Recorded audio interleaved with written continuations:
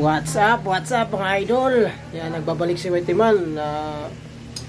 Update muna tayo konti mga idol kasi 8 araw na tayong walang vlog.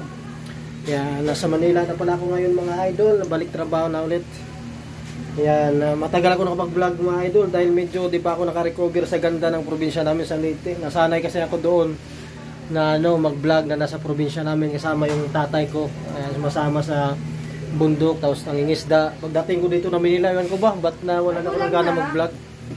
So, share ko lang sa inyo yung yung ulam namin mga idol. Ito, ginataang tilapia. Bali, parang paksiw lang to mga idol na na ginagataan. Paghaluto na paksiw, parang nilagyan mo lang ng gata. Yan, ulam ni mga idol. Madami yan kasi, madami kami mga staff dito. Yan sila mga idol.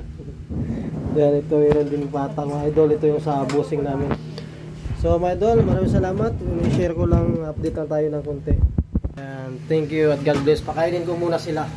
Mga dito, mga staff dito.